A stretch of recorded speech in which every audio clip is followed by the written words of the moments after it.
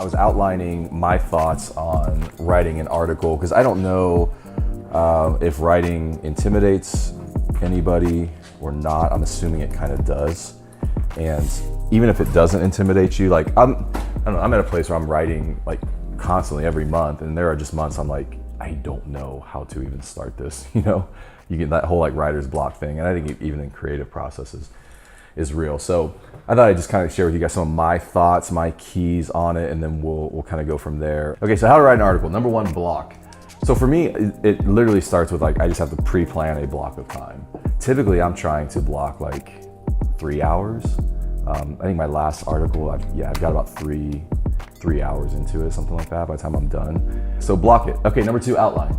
So what I do first, I actually put this in my task list first. Instead of like write an article, which seems like super big, I actually start with write the article outline, and that's it. And I can like cross that off, and then I literally do that and then move on to other stuff and then come back to writing later. So the first thing I'm thinking through when I'm doing an outline is, what's the introduction? For me, a lot of times there's some type of story with this. So I'm kind of like, where's the story? And for a lot of this is like, it's creating connection. It's almost like people don't care about all your amazing knowledge and expertise until they can connect with you. And so some of it is just like making a connection up front. I've been a part of a few of these like TED type talks. A few years back in Columbus, there's a whole group here called Ignite, and you would have like 5 minutes to do a presentation, and your slides advanced automatically every 20 seconds. And so it was just these cool, like, force you to condense an idea into 5 minutes. But what happens is everybody gets up there and they're like, okay, so number one, you got da da da da da, and it just becomes like they got 5 minutes, they got to get all their content across, so they just launch into that. And I actually took like the first like minute and 40 seconds to tell a story about growing up in California, because I'm like, if you don't connect with me, like, you're not going to hear anything. You know what I mean? So connect with me, and then I can kind of force feed my points to you, and you're gonna have a way better shot at remembering. So start with a story, or just like, why are you writing the article? Like, why should they read the article?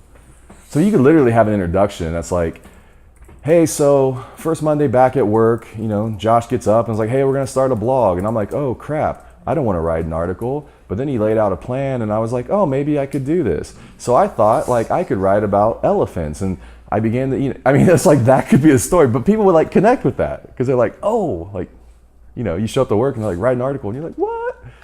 So what should they learn? So a lot of times like introductions are just like, dude, here's why I'm writing this. You know, at the end of it, I hope maybe you walk away with some, like, maybe you've been in some situations like this. Or I mean, start with like what makes you angry or frustrated or causes you pain. A lot of times, like, I mean, Ratcliffe writes from this all the time, like, gets pissed off about. Time I write. Yeah, I mean. I write about being pissed off at and write articles. Yeah. A lot of times, like, if something makes you mad or frustrated, it's like, it's like, why? That's a great opportunity to write about something. And there are people in the world that like function this way for sure. So anyway, introduction, those are some key things. So what I try to do is have an introduction. Then I go, I'm like, what are the 3 to 5 points I want to communicate?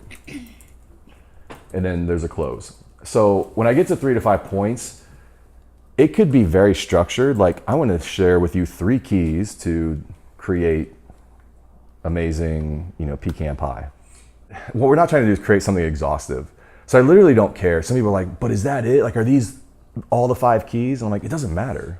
Like, just talk about 3 things, talk about 5 things. Like, it doesn't have to be the pressure to create this exhaustive kind of list with it. I think setting it up is like, here's just things I've learned. Here's keys that I've noticed. Here's observations I've made. Sets you probably up less as like this authority, like, and I'm trying to create this like expert piece of content, and more of just like, hey, I'm a human and I think, and here's my opinion. Maybe you connect with it, maybe you don't. A lot of times, like, my tone is like, I'm pretending I'm teaching a friend. I'm pretending I'm like sitting down with somebody I know. I hope my articles come off like Ratcliffe and I are sitting at a bar having a beer, you know, I'm like, did you see Kawhi Leonard? I'm like, well, you know, like, first off, the only reason he's getting booed is because he's a superstar. Like, so I hope it has that kind of tone, and when I write, it's not like, so, you know, I don't know. I don't even know what my voice is for that, but write your points first. It's the easiest part. For me, this is like one of the writing hacks is if I have to start with that story in the intro, I feel like I get stuck there a ton. So when I sit down to write, I literally write my points out first. I'm like, okay, so number one, this, and I just like start into it. Get those done. Usually I'll do the close because I feel like at that point I'm in this flow and I can wrap it up, and then I'll go back and like figure out the story, the intro from there. Also, when you're in this like 3 to 5 kind of deal, here's why I do is it really allows people to follow you and judge the time commitment. When you're like, hey, here's 3 observations I've made, they know like this thing is not going to scroll forever. Like there's an end point, and it really helps them just kind of like, they're like tracking points through an article. I don't know how you feel, but sometimes I get on an article, and when it's just like this copy that just goes forever, you almost feel like you're lost. I mean, it's like it just never ends. And so I feel like you need these little like psychological breaks to just help people track and stay engaged. And then the close. So intro, 3 to 5 points, a close, gosh, super easy. What I try to do is just a few things. You could tie the opening story back in. Just coming back in, like review why you wrote the article. I think it's worth just going, if nothing else, you're just like, hey, hopefully you've seen this, this, and this, kind of just review your 3 points, tie a bow on it, make it super nice, review what they learned, and include any like contact information. That's usually, I'm like, would love to hear from you. If this article resonated with you, hit me up on Instagram at Joshua Scott. So intro, 3 to 5 points, close. Jack London, you can't wait for inspiration. You have to go after it with a club. Yeah. So I won't lie. There are sometimes I'm like, oh my gosh, this is brilliant. This is an article. And then sometimes I'm like, Jay Moore and some of these guys know this from seeing me. I'm like, dude, I got nothing. Like, I don't know. And he's like, what do you think we're going to do shows on? I'm like, I don't know. I just need to sit down and like figure it out. But like for me, that the outline really helps that, because even if you're not feeling inspired, like there's this article in you, it's just like sit down and go, okay, what are my 3 to 5 points? What would be a good introduction story? What would be a good close? And just like call it a day. Come back to it later, okay? So how to write an article, block the time, outline it. Number 3, I do a draft. I write the draft. So usually this is a whole separate event for me, a whole separate week, a whole separate day. So for me, it's just write. Like literally draft process is like, I've got the time, I'm just gonna sit down and write. For me, speed is the antidote to overthinking. Like I'm just gonna write fast. I'm gonna dump, I don't care. Dump whatever's in your head. Usually I've got a piece of paper, not a piece of paper. I've got a text edit file up, but I'll have like my intro, dash whatever that idea is, point number 1, dash whatever that idea is. So it's like that outline, and I just go into those, start with point number 1 and just start dumping. A lot of times it's bullet points, it's little, dash with a thought. It's not even full sentences a lot of times. If I get on a roll and I'm doing a full sentence, great. Do not edit. You guys don't edit at this phase. I'm just literally dumping. I can go back and edit. I can like think through, continuity, speed, flow, readability, all that stuff later. But that's not for this phase. It's just dumping.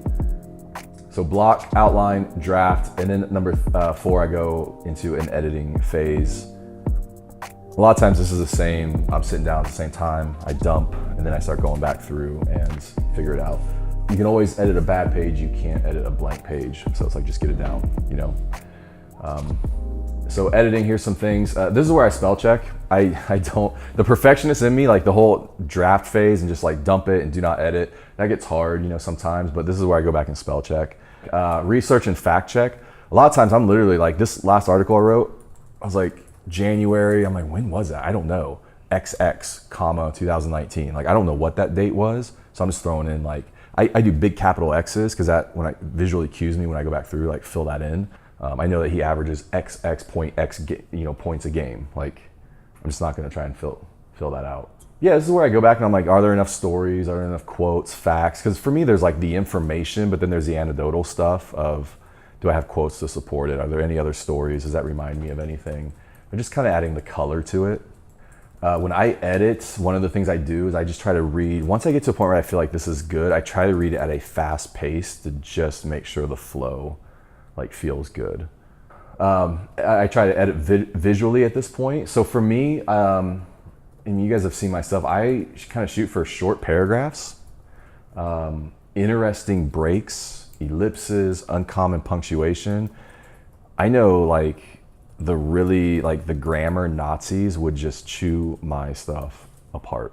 Because sometimes people are like, dude, there's so many ellipses. I'm like, but that's like me. Probably it's because that's how I talk. Like, you know what I mean? Like when I'm conversating with you, I almost feel like I leave a lot of ellipses in a natural conversation. So I'm trying to represent that. Speak. Yeah. So one of my things here is because I've dumped, I don't try to ask, is this relevant? Is it not? Whatever. But I try to go back and be like, okay, what can I eliminate? Some of it's because of word count. Like I just want to make it fit a certain space. But I think somebody told me one time, they were like, you can tell, I think it was a film producer. He was like, you can tell how good the film is going to be by what's on the cutting room floor. And this was like back when they were like analog days, like editing film, where they're like slicing, like, okay, out of a film reel, we're going to slice this part out and it just goes on the floor. Because like when you have really good stuff, you're like, oh, there's just so much in here. I got to cut stuff. And you cut this, you're like, oh, but that's really good. I'm like, I know, but it's so long. When you're cutting really good stuff, that means the article is going to be really good. If you're not cutting anything, sometimes I'm like stretching to say stuff. And then last, I reduce chatty language. This is where Joe really helps me because I think my writing comes across very chatty. Even today, this morning, he edited my article last week, and a lot of it's just like, change this to this, this to this, this to this. I'm like, oh yeah, that sounds so much better. So I put this at the end because a lot of times I think we can start backwards by thinking like, okay, I want to write an article, what's the title? And for me, I'm like, literally that's the very last thing. Like let the article start to take shape and personality. And then at the end of it I think a lot of times you will figure out the title as you're like writing through it all. For me, titles I try to make them catchy. I try to make them more interesting. I think when you get into what I try not to do is like 3 keys to training an elephant. I'm like, okay, great. What I want to try and do is like create a title that's interesting and unique and creative, and then maybe put that in the subtitle. Subtitles communicate the direction. So I think mine for this one was like superstars get booed, and then it was something about like dealing with criticism in a public world or something like that. So for me, the title is a little bit creative and catchy, then the subtitle is like, well, here's where I'm going with this. Okay, this is an article about criticism. Titles can be provocative, subtitles should be practical. So you can get attention, almost provoke people with a title, but then give them something like, here's what I'm actually doing. I like to incorporate current events, culture, pop trends, Miley Cyrus, marketing genius, hot mess, ? So we're talking, it's an article about like getting attention with marketing, but I'm gonna use Miley Cyrus in the title. All right, so let's do this. Maybe let's go around the room a little bit, maybe some ideas for articles you have.